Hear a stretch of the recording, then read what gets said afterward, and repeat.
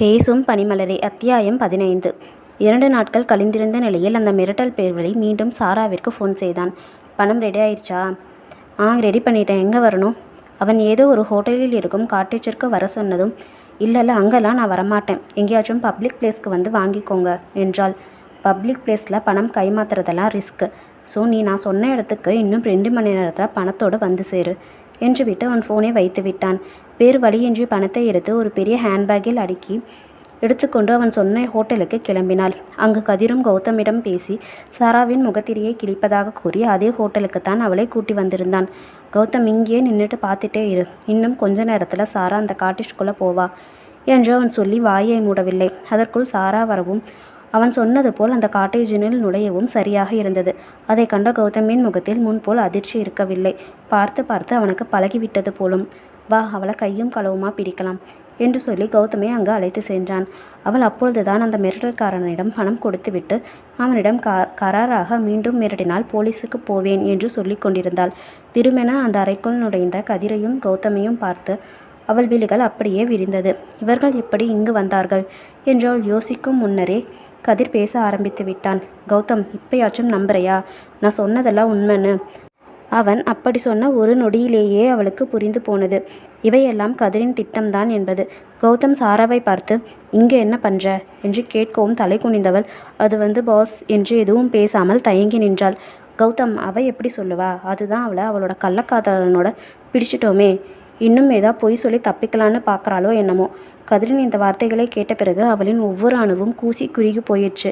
இத்தனை பெரிய அபாண்டமான பழியை தன் மீது சுமத்துகிறானே என்று அயர்ந்து போனாள். கண்களில் நீர் பெருகெடுக்க, இல்லை பாஸ், இவர் பொய் சொல்கிறாரு, நம்பாதீங்க. ஏன்னா நான் பொய் சொல்கிறேனா?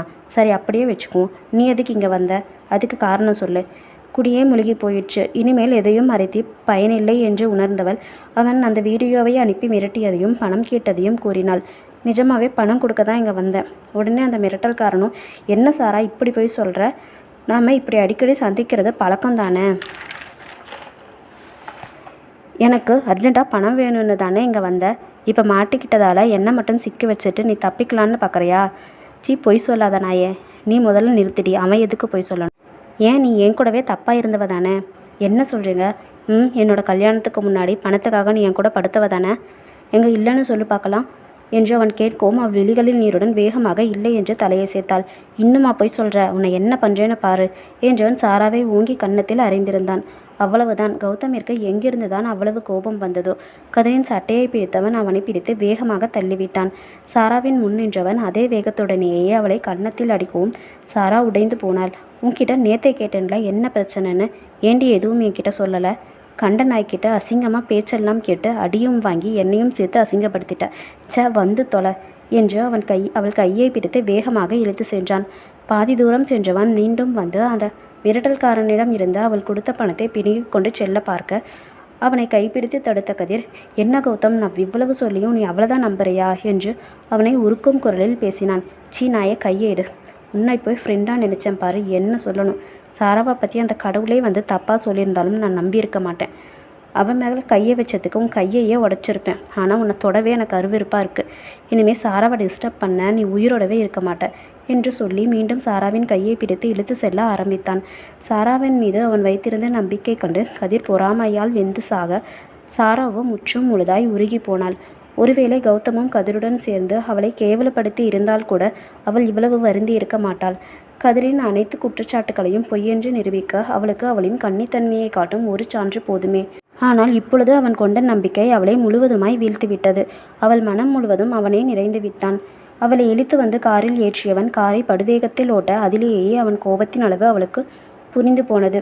வீட்டிற்கு வந்தவன் அவளை கேள்வி கேட்க தொடங்க அவள் தான் பதில் சொல்ல முடியாமல் விதிப்பிழுங்கி நின்றாள். எதுக்கு என்கிட்ட எதுவும் சொல்லலை? உங்ககிட்ட சொல்ல எனக்கு ரொம்ப அசிங்கமாக இருந்தது, அதனால தான் சொல்லலை. நீ மட்டும் சொல்லியிருந்தேன்னா அவனை அப்போவே ஒரு வழி பண்ணியிருப்பேன். ரஸ்கல் எப்படி நடித்து என்னை ஏமாத்தியிருக்கான். எவனோ ஒருத்தன் ஹோட்டல் ரூமுக்கு கூப்பிட்டானா நீயும் கண்ணை மூடிட்டு போவியா? உனக்கு அறிவில்லை? எனக்கு என்ன பண்ணுறதுனே தெரியல பாஸ். நான் பணம் கொண்டு வராட்டி அந்த வீடியோவை ஷேர் பண்ணிவிடுவேன்னு சொன்னான். வேறு வழி தெரியாமல் தான் அவன் கூப்பிட்ட இடத்துக்கு போனதுக்கு நல்லா அனுபவிச்சிருப்பேன். நான் மட்டும் உன்னை நம்பாமல் இருந்திருந்தா உன் நிலைமை என்ன ஆயிருக்கும் சாரா? அவள் எதுவும் பேசாமல் அமைதியாக நிற்கும். போய் தொலை என்று அவளை அவள் ரூமிற்கு துரத்தி விட்டான். ஓடி வந்து பெட்டில் விழுந்தவளுக்கு ஒரு பெரிய விபத்திலிருந்து எந்த பிரச்சனையும் இன்றி தப்பித்த உணர்வு. அவன் மட்டும் தன் மீது நம்பிக்கை கொண்டாடாவிட்டால் கதிர் தன்னை மிகவும் பயங்கரமாக கேவலப்படுத்தி இருப்பான் என்று நினைத்த நொடி அவள் உடல் எங்கும் நடுங்கியது. கௌதமின் இந்த செயல் அவளின் அனைத்து லட்சியங்களையும் உடைத்து அவள் மனதில் காதல் பூவை அரும்பச் செய்தது. ஆனால் அதை அவளால் உணரத்தான் முடியவில்லை. சாராவே அறியாவண்ணம் கௌதம் மீதான காதல் அவள் மனதில் கள்ளத்தனமாய் புகுந்து கொண்டது. அழுதழுது ஓய்ந்தவள் அடுத்த நாள் காலையில் கண்விழித்த பொழுது ஓரளவு தெளிவு பெற்றிருந்தாள். வேக வேகமாக சமையலை முடித்தவள் ஸ்கூலிற்கு செல்லவும் தயாரானாள். சாப்பிடுவதற்கு வந்த கௌதம் அவளிடம் எதுவும் பேசாமல் கோபமாகத்தான் இருந்தான். அவள் பரிமாற வந்ததையும் தடுத்தவன் அவனை பரிமாறிக்கொண்டும் சாப்பிட்டான். எதுக்கு பாஸ் இன்னும் கோவமா இருக்கீங்க? நான் தான் சாரி கேட்டேன்ல. ஓ, சாரி கேட்டுட்டா எல்லாம் சரியாயிடுமா? அதுதான் நீங்கள் எல்லாத்தையும் சரி பண்ணிட்டீங்களே, அப்புறம் என்ன, லீவ் இட். அவள் எது சொன்ன பொழுதும் அவனின் கோபம் குறையவில்லை. அவளை முறைத்து கொண்டே தான் சென்றான். அவனின் கோபம் அவளுக்கு கொஞ்சம் புதிதில்லையே. அது அவளை பாதிக்கவும் இல்லை. தோலை குலுக்கிவிட்டு வேலைக்கும் சென்று விட்டாள். அன்று மாலை ஃபோன் செய்தவன் இன்னைக்கு ஈவினிங் ஒரு பார்ட்டி இருக்கு, டின்னருக்கு வரமாட்டேன் என்று கூறவும் அவள் என்ன பார்ட்டி என்று கேட்டாள். என்னமோ உனக்கென்ன என்று விட்டு அவன் ஃபோனையும் வைத்து விட்டான். அவளும் அதை மறந்துவிட்டு ஏதோ வேலையில் மூழ்கி போனாள். இரவு 9 மணிக்கு மேல் வந்தவன் கையில் நிறைய புக்கேக்களை கொண்டு வரவும் அதை பார்த்தவள், என்ன பாஸ் இவ்வளோ புக்கே? ஏதாவது ப்ராஜெக்ட் சக்ஸஸ்ஃபுல்லாக முடிச்சிட்டிங்களா? இல்லையா, பின்ன வேற என்ன?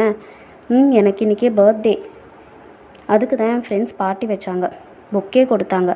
ஓ அப்படியா பாஸ், ஹாப்பி பர்த்டே என்று அவன் கையை பிடித்து உலுக்கவும் அவள் கையை உதறியவன், எனக்கு ஒன்றும் விஷ் வேணாம் என்றான் கோபமாக முறுக்கி கொண்டு. இன்னும் கோபம் போகலை போலையே. ஆமாம் போகலை, என்ன பண்ணால் போவோம்? எனக்கு ஏதாச்சும் கிஃப்ட்டு கூட போயிடும். கிஃப்டா? இந்நேரத்தில் நான் எங்கே போவேன் கிஃப்ட்டுக்கு? காலையிலேயே பர்த்டேன்னு சொல்லியிருந்தா ஏதாச்சும் வாங்கி வச்சுருப்பேனே. ஆமாம், எனக்கு பர்த்டேன்னு நானே சொல்லி உன் விஷயம் நானே கேட்டு வாங்கி கிஃப்ட்டையும் நானே கேட்டு வாங்கணும். எல்லாம் என் தலையெழுத்து. அம்மா தாயே ஒன்றும் வேணாம், கிளம்புறியா என்று விட்டு ரூமிற்கும் சென்று விட்டான். அவன் குடித்துவிட்டு அப்பொழுதுதான் லேப்டாப்பை எடுத்து வைத்திருப்பான். கதவு தட்டும் ஒலி கேட்கவும் எழுந்து கதவை திறந்தவன் அங்கு சாரா நிற்கவும் என்ன என்று கேட்டான். ஒன்றுமில்லை பாஸ், கிஃப்ட்டு கொடுக்க வந்தேன். அதான் வேணான்னு சொன்னேன்ல. நீங்கள் வேணான்னு சொன்னாலும் கொடுத்துட்டு தான் போவேன். சரி கொடு. அவள் பின்னால் மறைத்திருந்த கையை முன்னால் எடுத்த பொழுது அதில் சிவப்பு நிற ரோஜாக்கள் அடங்கிய பூங்கொத்து ஒன்று இருக்க ஹாப்பி பர்த்டே என்றபடி கையை நீட்டினாள். அதை வாங்கியவன், இவ்வளோ இன்ஸ்டண்ட்டாக எங்கேருந்து உனக்கு இவ்வளோ ஃப்ளவர்ஸ் கிடைச்சது? அவனை ஒரு மாதிரி பார்த்தவள், நிஜமாவே நீங்கள் வீட்டில் தான் இருக்கீங்களா பாஸ்? ஏன் வீட்டுக்கு பின்னாடியெல்லாம் போய் பார்க்குற பழக்கம் இல்லையா? பின்னாடியா? அங்கே என்ன இருக்குது? போய் பாருங்க, அப்போ தானே தெரியும். சரி நீயும் வா என்றவள் அவள் கையை பிடித்து கொண்டு அந்த வீட்டின் பின்னால் செல்ல அங்கிருந்த ரோஜா தோட்டத்தை கண்டவனுக்கு தன் கண்களையே நம்ப முடியவில்லை. பல வண்ணங்களில் உயர்தரமான ரோஜாக்கள் பூத்து குலுங்கி கொண்டிருக்க அவளை திரும்பி பார்த்தவன், சாரா இதையெல்லாம் நீயா வச்ச? ஆமாம் பாஸ், சும்மா இல்லை, இதெல்லாம் என்னோட 9 மாத உழைப்பு. சரி, இந்த ரோசஸை என்ன பண்ணுவேன்? பொக்கே ஷாப்பில் சேல்ஸ் பண்ணிடுவேன். அடிப்பாவி, எனக்கே தெரியாமல் என்னோட இடத்துல இவ்வளோ பெரிய பிஸ்னஸ் பண்ணிகிட்டு இருக்கியா? சட்டென நாக்கை கடித்தவள், சாரி பாஸ், வேணும்னா நான் இந்த இடத்துக்கு ரெண்ட் பே பண்ணிடுறேன். வேணாம், இந்த ரோசஸ்க்காகவே இந்த இடத்த உனக்கு ஃப்ரீயாகவே தரேன். ஓ, உங்களுக்கு இருந்தாலும் இவ்வளவு தாராள மனசு கூடாதுப்பா. நான் என்ன பாஸ் இந்த இடத்த தூக்கிட்டா போக போகிறேன்? இன்னும் 3 months தான் நானே இங்கே இருக்க போகிறேன். அப்புறம் இது எல்லாமே உங்களுக்கு தான். ஆனால் ஒரே ஒரு ஹம்பிள் ரெக்வெஸ்ட், செடி எல்லாத்தையும் கொஞ்சம் நல்லா கேர் பண்ணி பார்த்துக்கோங்க, இல்லாட்டி வாடி போயிடும். இவ்வளவு நேரம் அவனுக்கு இருந்த இதம் அவள் சொன்ன சொற்களில் காணாமல் போயிருந்தது. திடுமென அவன் முகம் மாறுவதை கண்டவள், என்ன பாஸ் திடீர்னு ஒரு மாதிரி ஆயிட்டீங்களே என்று கேட்டாள். நத்திங் சாரா என்று அவனிடம், சரி வாங்க உள்ளே போகலாம் என்றாள். நீ போ, நான் கொஞ்ச நேரம் கழித்து வரேன் என்று அவன் சொன்னவுடன் இவளும் கிளம்பி சென்று விட்டாள். அங்கிருந்த ஒரு சிமெண்ட் பெஞ்சின் மேல் அமர்ந்தவனுக்கு சாராவின் மீது தனக்கு காதல் வந்துவிட்டதோ என்கின்ற சந்தேகம் வலுப்பெற்றது. லேகா விட்டு சென்ற உடனேயே சாராவை விரும்பத் தொடங்கிய மனதை எண்ணி மிகவும் வெக்கி போனான். அவள் சொன்னது போலவே இன்னும் 3 மாதங்கள் மட்டுமே அவள் தன்னுடன் இருக்கப் போகிறாள். அதன் பிறகான அவன் நிலைமை அவனுக்கே பரிதாபமாக இருந்தது. இவ்வளவு நாளும் தனது தந்தைக்காகவும் பாட்டிக்காகவும் மட்டுமே அவள் தன்னுடன் இருக்க வேண்டும் என்று எண்ணியவன் தனக்கும் அவள் வேண்டும் என்று துடிக்கும் மனதை எண்ணி துடித்து போனான். இந்த விஷயம் மட்டும் சாராவுக்கு தெரிந்தால் அவள் அவனை எவ்வளவு கேவலமாக நினைக்கக்கூடும். வேண்டவே வேண்டாம். அவள் சொன்ன 3 மாதங்களுக்கு பிறகு அவளை அனுப்பிவிட வேண்டும். அதன் பிறகு வரும் பிரச்சனைகளை தானே தனித்து நின்றுதான் சமாளிக்க வேண்டும் என்று முடிவு செய்த பிறகே அவனால் நிம்மதியடைய முடிந்தது. ஆனால் அடுத்த நாளே அவனது நிம்மதியை கெடுக்க லேகா கௌதமிற்கு ஃபோன் செய்தாள். புது நம்பரிலிருந்து ஃபோன் வரவே அதை எடுத்தவன் அது லேகா என்றதும் சற்று பதட்டம் அடைந்தான். ஹலோ கௌதம், சாரி, அன்னைக்கு நான் உங்ககிட்ட அப்படி பேசியிருக்கக்கூடாது. என்னால் உங்களை மறக்க முடியல, என்னை மன்னிச்சிருங்க ப்ளீஸ் என்று லேகா கெஞ்சவும் அவனுக்கு என்ன பதில் சொல்வது என்று தெரியாமல் கௌதம் அழைத்து போனான். ஓகே ஃப்ரெண்ட்ஸ், ஸ்டோரி எப்படி போகுதுன்னு கமெண்ட்டில் சொல்லுங்கள். லைக் பண்ணி சப்ஸ்கிரைப் பண்ணுங்கள் செல்லக்குட்டீஸ். பாய்.